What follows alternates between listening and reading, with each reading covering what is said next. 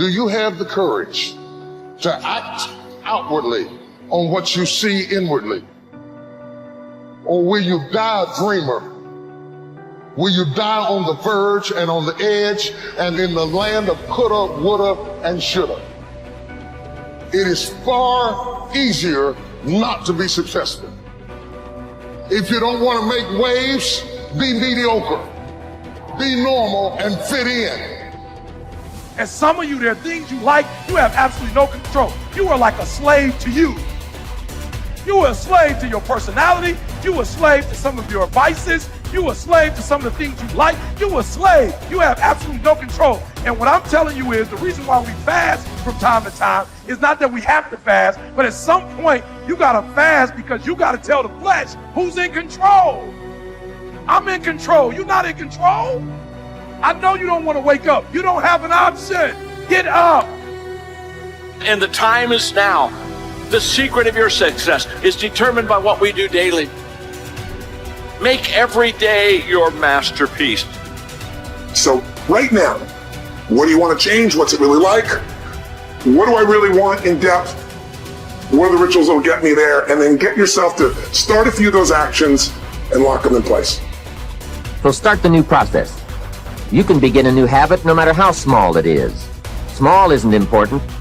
Whether or not you start and whether or not you continue are all that is important. So to have a prosperous life, start a prosperity plan. To become wealthy, start a wealth plan. If you are ill, start a health plan. If you don't have energy, start an energy plan. If you don't feel good, start a feel-good plan. If you're not smart, start a smart plan. If you can't, start a can plan. If you haven't, start a have plan. Recognize that the start of the better life, the happy life, the wealthy life is today. Both the process and the result can begin today. Start the new journey today. If you think of a new idea, today is the day to begin the discipline of putting that idea into action.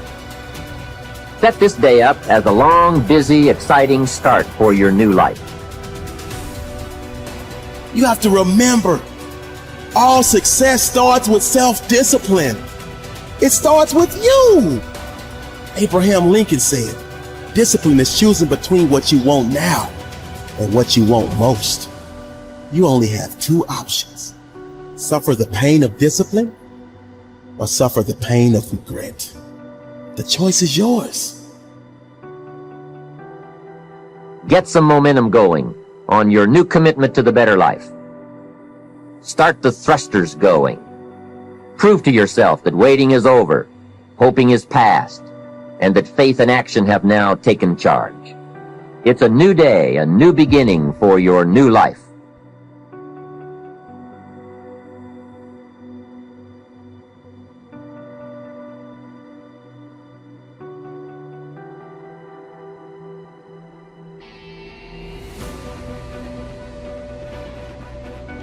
You should use a calendar to structure your days, because if you know what you're doing tomorrow, it decreases your anxiety substantially because you need that kind of structure. You need a pathway. You need to know, you need to have a map, and you need to know where you're located on the map, and you need to know how you're moving forward. And that gives you hope because you're moving towards goals that you regard as worthwhile. And it stops you from being anxious because you're not entirely directionless and lost. And so learning how to manage your time is useful. And you can start with a calendar. You can start with simple things like you can put in, well, when you're likely to go to bed and when you're likely to get up. And regulating that's useful. That should be relatively ritualistically consistent. And finally, a fifth way of being that is new. For me, it has become a way of life. It's called serenity instead of acquisitions. The more you try to acquire, the more you try to get, the more you try to collect in your life and evaluate yourself on the basis of that, the less serenity you're going to have. More is less. It's almost a secret of the universe. Serenity means inner peace. It means that you can find joy in every moment that you have in your life instead of always looking for it. It means that while you are driving along the countryside, you know, and seeing, instead of saying, oh, I'm on my way to this point, that you can open your eyes and see it with new eyes. See the rolling mountains, see the grass, see the deer, see the sky. You can just stop wherever you are in this second, wherever you are, and just look around you, and you can begin to appreciate just your surroundings and your environment. Then you can begin to appreciate the people that are in your life, and even the ones that are negative and that you're having the most difficulty with. You can practice a new way of being with them, which is sending them love, sending them flowers, send them books, send them a tape, send them something, and just see what kind of reaction that you get. Super emotional health is just an attitude. An attitude is everything. The aims that you have in your life, the ethical aims, and those are the aims that direct your actions, also direct your perceptions, that this is true at a neurophysiological level, and that much of the way that the world manifests itself to you is a consequence of the structure of your ethics. So it's your ethical structure that's instantiated neurophysiologically that serves as an intermediary between the world of phenomena, let's say objective phenomena, and your perception of that. And you see the world through an ethical lens.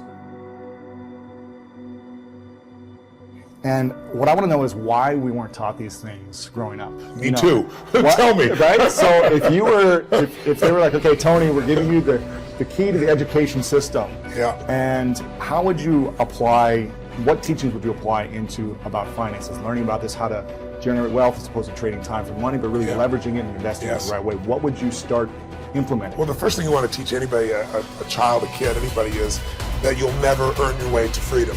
You just don't. You look around and you see, Kurt Schilling, if you remember from Boston Red Sox, hit $100 million a year. He's broke, bankrupt. I asked Warren Buffett, I said, what made you the wealthiest man in the world? And he smiled and he said, 3 things. He said, living in America, great opportunities, having good genes, so I lived a long time, and he said the last thing is compounded interest. And we all know about compound interest, but I give an example in the book of this guy, Theodore Johnson, worked for UPS, never made more than $14,000 in income in his entire life in a year. And in old age, he was worth $70 million. And how did he do it? All he did was he took a percentage of his income. His percentage was 20%. Now his family said, you can't save any money. But he met a friend who said, if you pretend there's a tax, and the tax just took the money away from you, and you never see it, the money just comes out of your account, goes in an investment account, you'll be financially free. So he was disciplined, he didn't look at it, it happened. $70 million by compounding. So people's mistake is, and kids don't know this, adults don't know this, that you won't earn your way there, but you can compound your way there. What I want to do is say, where do you put that money? That's the trick, right? That's the secret. Well, the first trick is actually doing. Almost nobody does. Right. The second trick is you really have to understand where you're going to get hurt, because the fees. The fees are just destroy people. You have a whole chapter about the fees. I was like, this is incredible. Isn't it wild? It's nuts. Like, we lose so much money just on the fees. Well, just so people have an understanding, 96% of all mutual funds never match the market. They never beat the market. So I was just on a morning show this morning, and Michael Bloomberg's, one of his guys, now some of his money. So this is the only industry I know of where people think they can be a doctor. They think they can be a financial planner. And I said to him, look, the statistics, Warren Buffett taught me this. He said, Ray Dalio told me this. David Swenson took Yale from $1 billion to $24 billion in 2 decades. These are people telling me. Right. Nobody beats the market except a couple of unicorns that nobody has access to. And I said, I didn't say you're not one of them, but I said, here's the truth. 96% of mutual funds don't match the market. That means 4% succeed. Now, what are your chances of picking the right mutual fund? People don't know what they're doing. They put their money in a 401k, they pick a mutual fund not knowing what it is. If you play blackjack, and you and I play, and you get 2 face cards, and your inner idiot says, hit me, I want to get 1 chance in a million when you get ace. You have an 8% chance of winning. If you try to get a mutual fund, you got the 4% chance of winning. So what I show people is not only do you not get the result, thinking logically, if I hire someone else to do it, they'll do better than me.